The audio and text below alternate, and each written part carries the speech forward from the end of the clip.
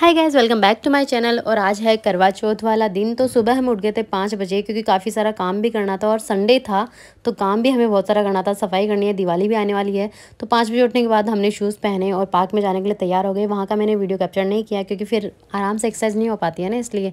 उसके बाद घर आने के बाद मैंने अपने बालों में चंपिंग की क्योंकि मुझे सर भी धोना है और काफ़ी सारी सफाई करनी थी।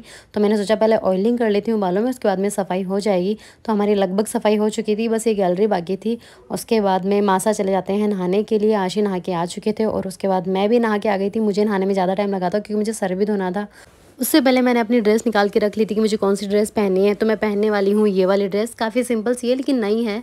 उस पर मैंने अपनी ज्वेलरी भी निकाल के रख ली थी और ये है मेरी शादी का चूड़ा जो कि मेरा फेवरेट है। जब भी मुझे चूड़ा पहनने का मौका मिलता है तो मैं इसे ही प्रेफर करती हूँ। और पहनने के बाद मेरा लुक कुछ इस तरीके से था। प्रॉपर ओढ़ने के बाद बताऊँगी, लेकिन ड्रेस इस तरीके से थी। उसके बाद मैंने अपने हाथों में नेल पेंट लगा ली थी। उसके बाद मुझे याद आया कि यार ईयरिंग्स तो मैंने पहने ही नहीं। तो जब मैं ईयरिंग्स के पेच निकाल रही थी तो मुझे डर लग रहा था यार मेरे नेल पेंट कहीं बिगड़ ना जाए, और एक हाथ की तो बिगड़ भी गई थी। मोस्टली हमारे साथ ऐसा ही होता है कि हम तैयार हो जाते हैं लेकिन हमारे हाथों में नेल पेंट नहीं लगी होती है, तो हम एंड टाइम पे नेल पेंट लगाते हैं। और मेरे साथ तो अक्सर ऐसा होता है। फिर मैं जल्दी से नेल पेंट लगा के उसे पानी में अपने हाथों को डिप कर लेती हूँ जिससे वो ड्राई हो जाए। लेकिन आज थोड़ा लेट हो गई थी क्योंकि 10 बज गए थे और अभी तक हमने कहानी भी नहीं सुनी थी। सभी लोग मेरा इंतजार कर रहे थे। आशी और मासा रेडी हैं पहले से, वो बाहर पूजा की तैयारी कर रहे थे और मुझे ही तैयार होने में थोड़ा टाइम लग रहा था। हमें सब कुछ तो तैयार हो चुकी थी लेकिन मुझे समझ नहीं आ रहा था कि मैं अपने बालों में कौन सा हेयर स्टाइल करूँ। ऊपर से बाल भी गीले थे। अक्सर ऐसा ही होता है मेरे साथ, आप लोगों के साथ भी ऐसा होता होगा कि हम तैयार हो जाते हैं लेकिन बालों का समझ नहीं आता है, और बाल जब बड़े हो तो फिर बिल्कुल भी समझ नहीं आता है। तो फिर मेरे पास एक ऑप्शन था कि मैं क्लच कर लूँ बालों में। फिर मैंने पहनी ये पतली सी पायल। मुझे पतली पायल पसंद है इसलिए मैंने ये प्रेफर की। और सबसे ज़्यादा झंझट होती है मेरी नोज रिंग पहनने में क्योंकि मेरे नाक में ये जल्दी से जाती ही नहीं है। उसके बाद मेरे इस पर 2 ओढ़नी थी, एक थी प्योर की ओढ़नी और दूसरी थी कॉटन की। तो मैंने सोचा पूजा के टाइम पर मैं पहन लेती हूँ ये प्योर वाली, उसके बाद मैं पूरे दिन कॉटन वाली पहन के रख सकती हूँ। वैसे भी मुझे राजपूती पहनने का बहुत कम मौका मिलता है और मैं बहुत कम पहनती हूँ क्योंकि पूरा टाइम तो ऑफिस में ही निकल जाता है, इस वजह से पहन ही नहीं पाते हैं। तो मेरे पास जितनी भी ड्रेसेस रखी है वो एज इट इज़ रखी है, न्यू की न्यू ही रहती है। इवन मेरे शादी की जो पोशाक है वो भी बिल्कुल ऐसा लगता है जैसे मैंने कल ही परचेज़ की हो।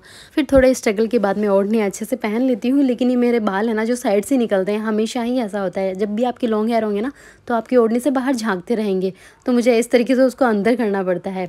तो तैयार होने के बाद और ओढ़नी पहनने के बाद मेरा लुक कुछ इस तरीके से लग रहा था।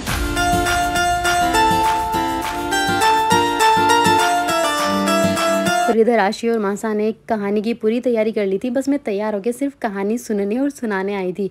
और यहाँ आशी हंस रहे थे क्योंकि यहाँ भी मेरे सर पे ओढ़नी बिल्कुल भी नहीं रुक रही थी। उसके बाद हमने कहानी सुनी।